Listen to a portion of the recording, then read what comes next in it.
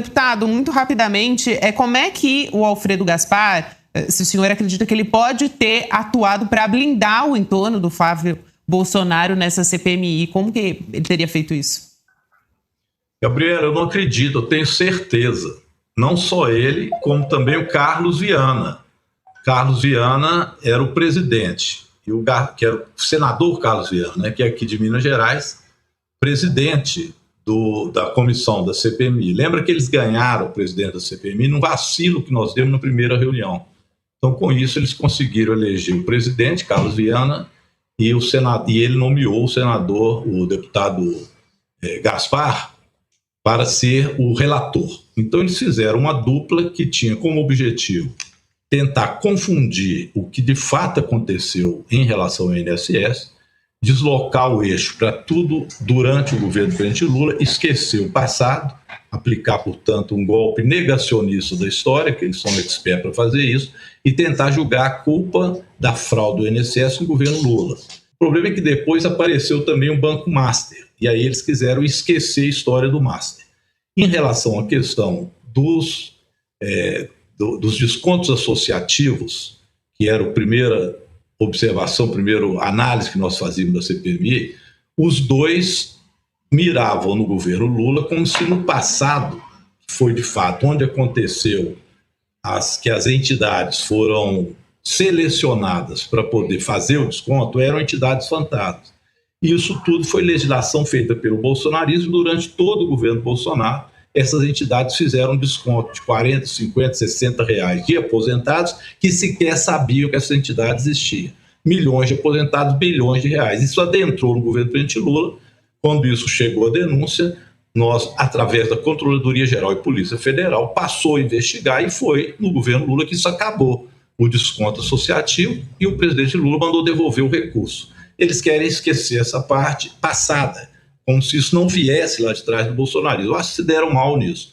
Piorou para eles quando chegou o caso, então, do Vorcaro, porque aí nós fomos ver que essa Letícia e o Willer Tomás, ele indicou esta Letícia para ser a coordenadora do escritório. Ela sequer era advogada, ela coordenava o escritório do Flávio Bolsonaro.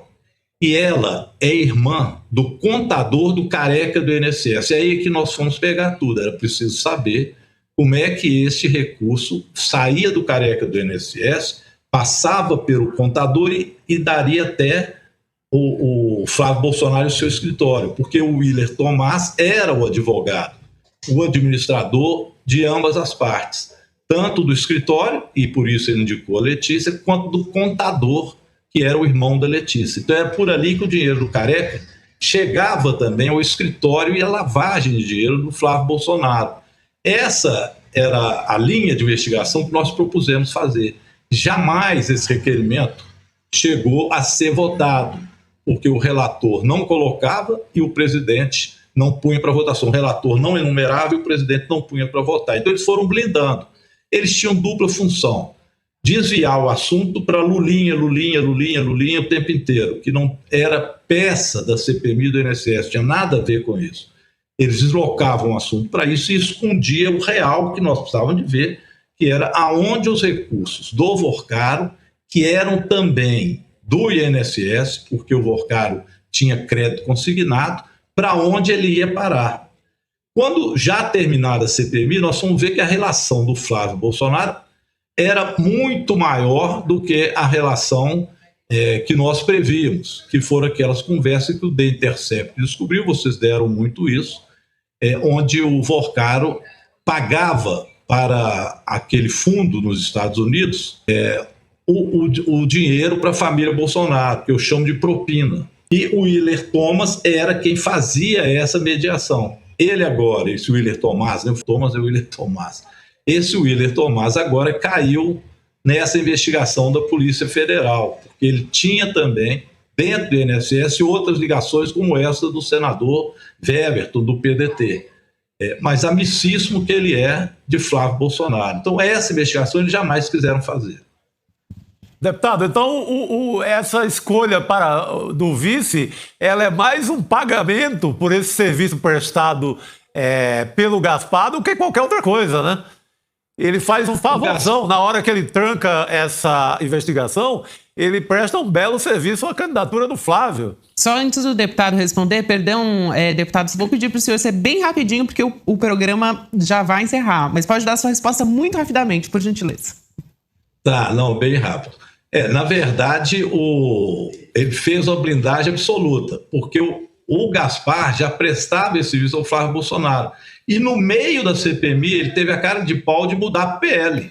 Ele já mudou de partido e foi para o PL direto, para mostrar, estou prestando serviço. Ele fazia discursos anti-Lula, não sei o que, da CPMI, sem interrogar as pessoas. Ele, como relator, virou um discurseiro. Então fazia vários fake news, discursava contra o presidente Lula, contra o PT, e esse era o papel dele. Então ele ganhou um presente agora, sem sombra de dúvida, um presente. Agora ele tem outras denúncias graves, né, que vocês viram aí.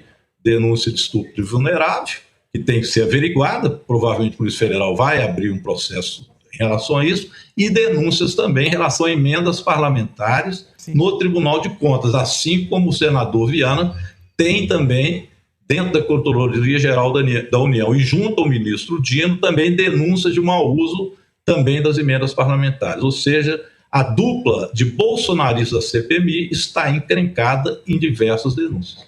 É isso. Maravilha. Quero muito agradecer a gentileza do deputado de vir aqui no N2 para nos explicar essa história toda, e uma história que parecia que estava ali no passado, mas tem muito a ver com essa decisão aí de vice do Flávio Bolsonaro. Deputado Rogério Correia, obrigada. Até uma próxima oportunidade.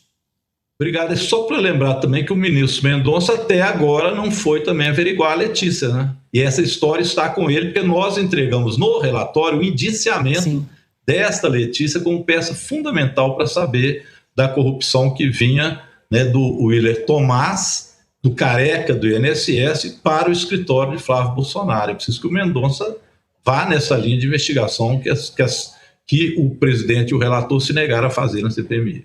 Muito bem. Obrigada, deputado. Até uma próxima. Saudações mineiras aí pro deputado.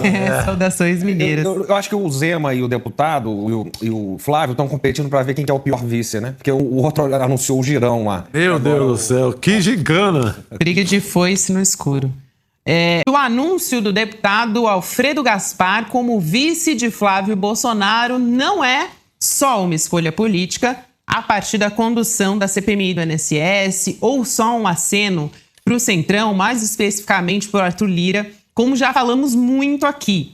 É o fechamento de uma porta e a sinalização clara de que a campanha decidiu colocar uma pedra no assunto das mulheres, né? Depois de meses prometendo que uma vice seria uma mulher para tentar reduzir a rejeição recorde nesse eleitorado, o Flávio escolheu uma chapa raiz e uma chapa puro sangue também dentro do próprio PL.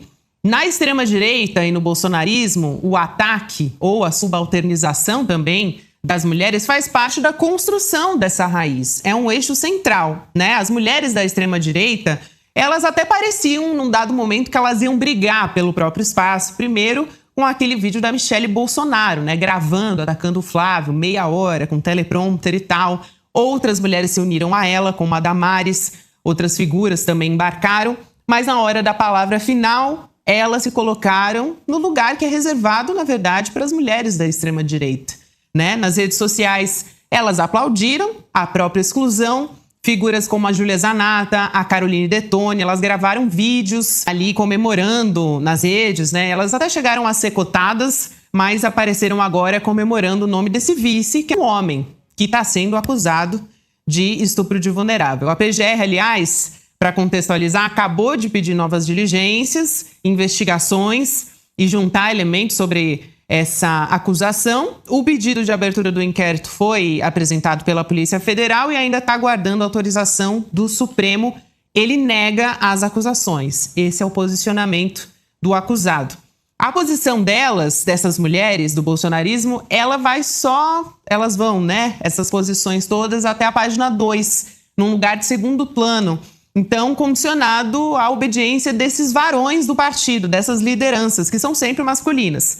E aí, para tentar conter o dano eleitoral, a campanha resgatou uma velha escada, né? Que é aquela mulher bela, recatada e do lar. Vocês devem se lembrar dessas manchetes, né? Falando da Marcela Temer lá no passado. Só que agora está na figura da esposa do Flávio, a Fernanda, que não tem trajetória política e é apresentada agora por ele nas convenções, é aquela que se apresenta como a que reeducou o marido também, mas não é por acaso que as falas do Flávio também distantes daquele outro Flávio que queria parecer moderado na pré-campanha, né? Agora ele emula o pai, o Jair Bolsonaro, na fala da fraquejada, para dizer que teve uma filha mulher. Você deve se lembrar, o Flávio disse o seguinte, que fez 2 filhas para cuidarem dela na velhice, dele, Flávio, na velhice. Então, reduzindo a existência dessas mulheres, né, numa função de cuidadoras e do ambiente doméstico também. Essa escolha de palavras do Flávio não é nenhum descuido e ela dialoga diretamente, muito claramente, com a base radical dele. O Flávio Bolsonaro escolheu o caminho de volta para o passado, não por acaso, porque a radicalização e as mulheres são caminhos incompatíveis. É isso que eu estou propondo aqui. Ele está apostando que a sinalização para sua base mais raiz, mais radical, somado à ingerência externa, e que tudo isso é o suficiente para levar a eleição, mesmo que seja no tapetão.